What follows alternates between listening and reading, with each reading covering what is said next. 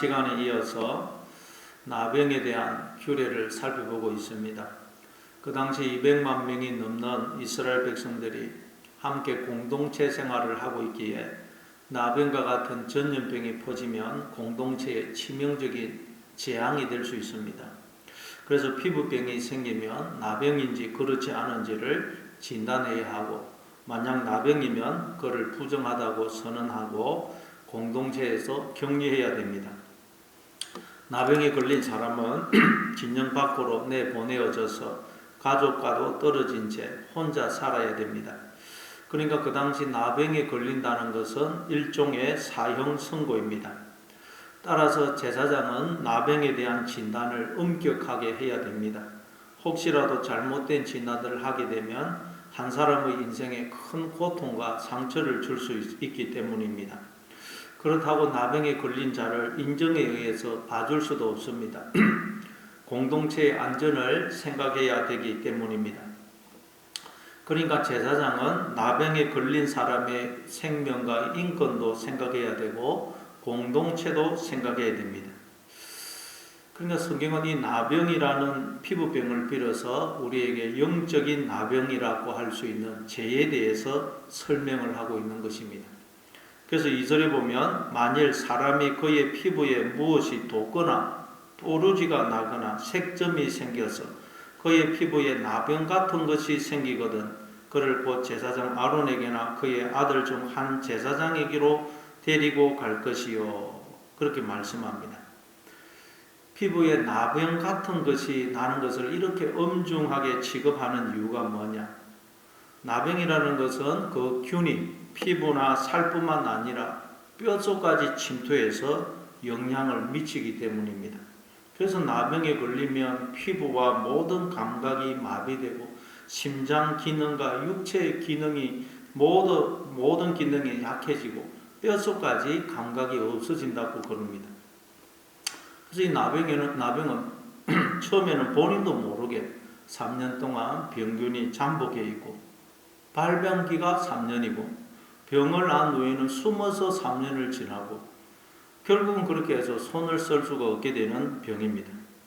그래서 피부에 나병 같은 것이 생기면, 즉 피부에 나병의 어떤 증상이 나타나면 혹시라도 나병균이 들어왔을 수가 있기 때문에 엄중하게 취급하는 것입니다.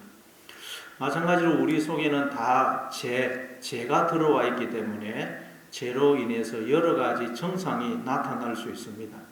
두려움, 불안, 염려, 걱정, 낙심, 절망, 시기, 질투, 미움, 분노, 교만, 허무, 불평, 원망, 이런 증상들이 나타날 수 있습니다. 이런 증상들이 나타날 때 우리는 내가 죄인이라는 것을 깨달아야 되는 것입니다. 내 속에 죄가 들어와 있지. 그걸 기억해야 됩니다. 그래서 3절에 보면 제사장은 그 피부의 병을 진찰할지니 환부의 털이 휘어졌고 환부가 피부보다 우묵하여졌으면 이는 나병의 환부라. 제사장이 그를 진찰하여 그를 부정하다 할 것이요. 제사장이 피부에 나병 같은 것이 발생한 자를 진찰해서 환부의 털이 휘어졌고 환부가 피부보다 우묵해졌으면 나병이기에 부정하다고 선언하라. 그렇게 말씀합니다. 나병으로 선언하는 것이 먼저 나옵니다. 마찬가지로 우리는 우리의 삶 속에서 죄의 증상들이 나타날 때마다 내가 죄인이라는 것을 알아야 됩니다. 우리의 삶에 주어지는 모든 위기, 어려움, 고통은 누구 때문도 아니고 그 사람 때문도 아니고 나 때문도 아니고 죄 때문이라는 것을 알아야 됩니다. 그래서 사도 바울은 로마서 7장 17절에서 이렇게 고백합니다. 이제는 이것을 행하는 자가 내가 아니요 내 속에 거하는 죄니라.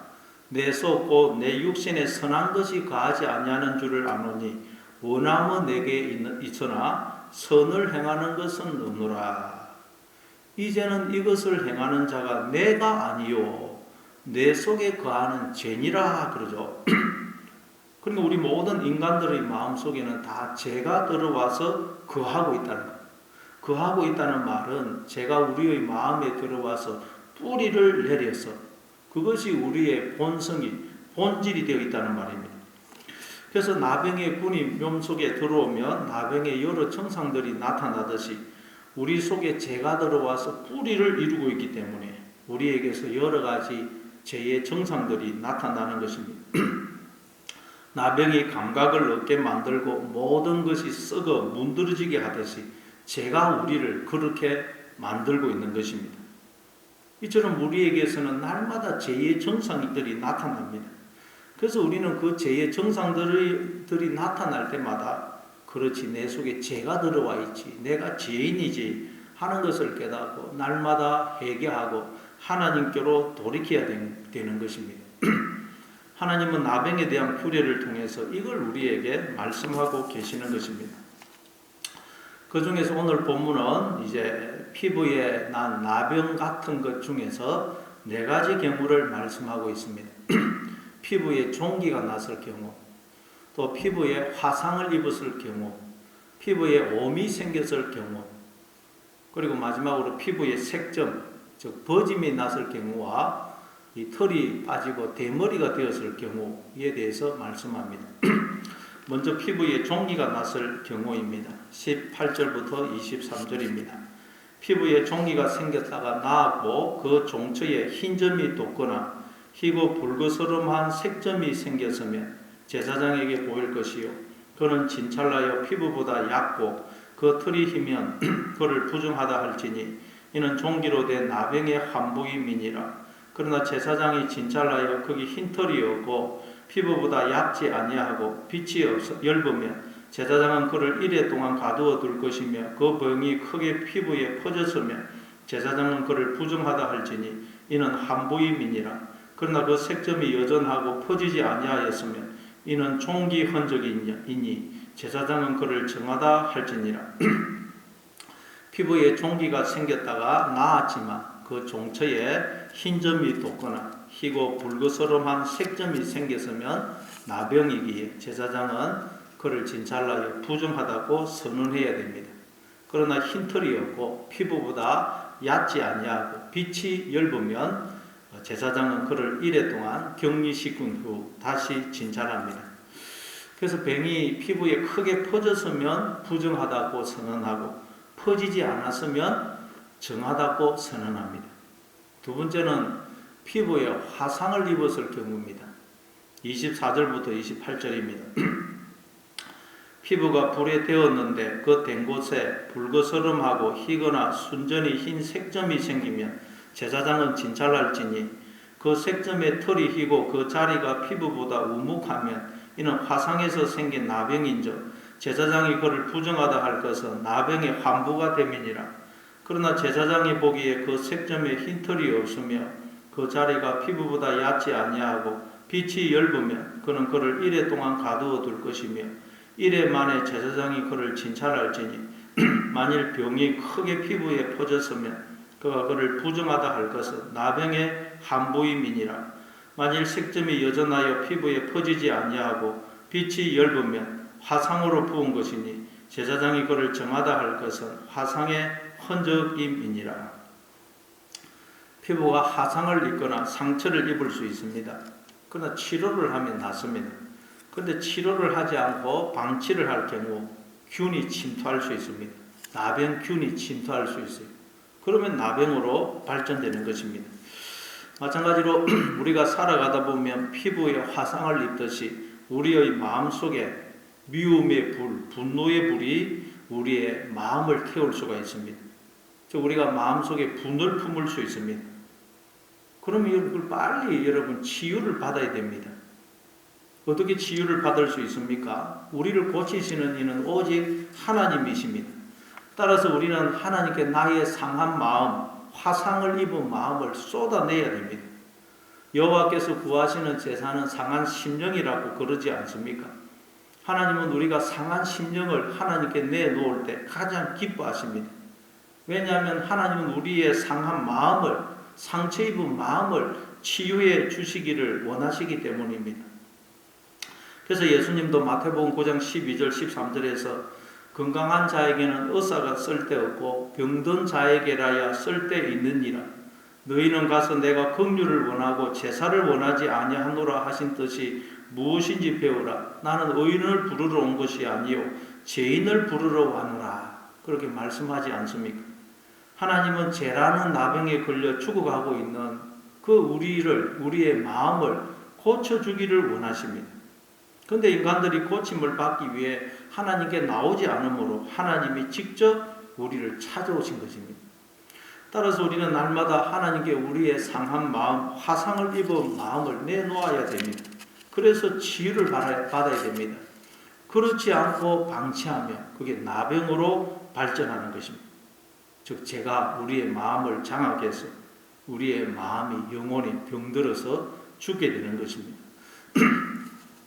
그리고 세 번째는 피부에 오미 났을 경우입니다. 29절부터 39절입니다.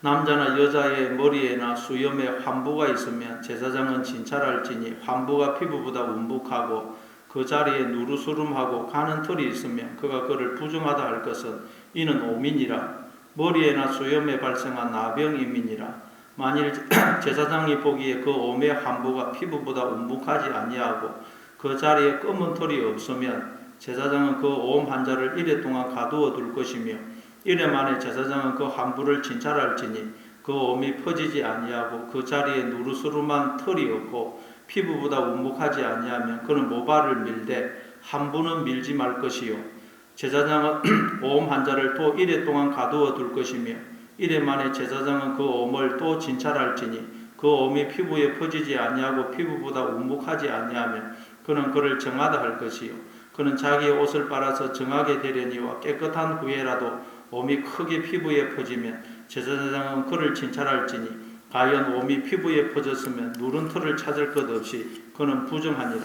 그러나 제사장이 보기에 옴이 여전하고 그 자리에 검은 털이 났으면 그 옴은 나았고 그 사람은 정하니 제사장은 그를 정하다 할지니라. 피부에 옴이 발생한 경우입니다. 이때도 제사장은 앞에서와 마찬가지로 엄격하게 진찰을 하고 조치를 해야 됩니다. 그런데 여기서 우리가 특별히 주목해 볼 것은 35절, 36절입니다. 깨끗한 후에라도 옴이 크게 피부에 퍼지면 제사장은 그를 진찰할지니 과연 옴이 피부에 퍼졌으면 누른 털을 찾을 것 없이 그는 부정하니라 라는 말씀입니다. 깨끗하다는 진단을 받았을지라도 후에 다시 부정해질 수 있다는 것입니다.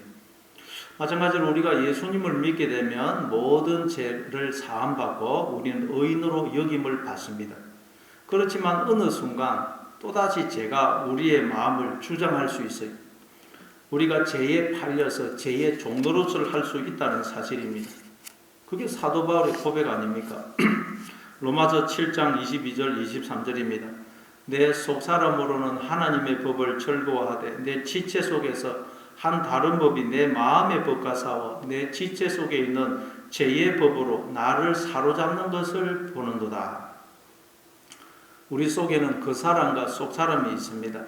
속사람은 하나님이 주인이시고 머리이신 나를 가리키고 그 사람은 내가 주인이고 머리인 나를 가리킵니다. 속사람은 바로 하나님의 법, 마음의 법으로 우리를 하나님께로 인도합니다. 그러나 그 사람은 죄의 법으로 우리를 유혹하여 사망으로 인도합니다. 죄의 법은 바로 뱀이 했던 말, 선악과 까먹고 네가 너의 주인이 돼, 너 스스로 하나님이 돼 라는 그 내용이에요. 그러나 하나님의 법은 하나님이 나의 주인이시고 머리이시고 생명이 있어. 그러니 하나님의 다스림과 인도함을 받을 때 네가 하나님의 생명과 복에 참여할 수 있어. 이게 하나님의 법입니다. 그런데 우리에게는 죄의 법이 훨씬 달콤하게 느껴집니다. 그래서 우리는 틈만 나면 그 사람이 죄의 법으로 우리를 유혹할 때 넘어가 버립니다. 어느 순간 내가 나의 주인이 머리가 되어 있어요. 즉 나병이 온몸에 퍼져 있어요. 어느 순간 나병이 퍼져 있어요. 따라서 우리는 날마다 나 스스로 나의 주인이 머리가 되려는 그 정과 욕심을 십자가에 못 박아야 돼요. 나는 나의 주인이 머리가 아니라는 걸 알아야 됩니다. 그래서 하나님의 발등상 밑으로 내려가서 하나님의 다스리심과 인도하심을 받아야 됩니다. 안 그러면 어느 순간 죄라는 나병이 온 몸에 퍼져버립니다. 그리고 마지막으로 피부에 이 색점, 즉 버짐, 백선, 이 백선이 생겼을 경우와 대머리가 생겼을 경우입니다. 38절부터 44절입니다. 남자나 여자의 피부에 색점, 곧 흰 색점이 있으면 제사장은 진찰할지니 그 피부에 색점이 부유스름하면 이는 피부에 발생한 어루럭이라 그는 정하니라. 누구든지 그 머리털이 빠지면 그는 대머리니 정하고 앞머리가 빠져도 그는 이마 대머리니 정하니라. 그러나 대머리나 이마 대머리에 희고 붉으스름한 색점이 있으면 이는 나병이 대머리에나 이마 대머리에 발생함이라. 제사장은 그를 진찰할지니 그 대머리에나 이마 대머리에 돋은 색점이 희고 붉으스름하여 피부에 발생한 나병과 같으면 이는 나병 환자라. 부정하니 제사장이 그를 확실히 부정하다고 할 것은 그 한부가 그 머리에 있음이니라. 1차적으로 기본적으로 피부에 이 색점, 즉 버짐, 백선이 생겼을 경우나 이 머리털이 빠져서 대머리가 되었을 경우에는 정결하다고 말씀합니다. 그러나 머리가 빠져서 대머리가 된 그거에 나병이 생기면 부정하다고 선언합니다. 지금까지 우리가 살펴본 것처럼 제사장은 환자를 진찰할 때 실수가 없도록 조심해야 됩니다. 증상이 모호하면 7일 동안 격리한 후에 다시 진찰을 해야 됩니다. 왜냐하면 잘못된 판정을 하게 되면 환자 개인이나 공동체에 아주 심각한 결과를 초래할 수가 있기 때문입니다. 우리도 신앙생활 하다 보면 내 속에 영적인 나병인 죄가 들어올 수 있습니다. 따라서 어느 날 왕같은 제사장인 우리는 날마다 나 자신을 진찰해야 됩니다. 그래서 내 속에 죄가 들어왔다. 그러면 나 스스로를 격리시켜야 돼요.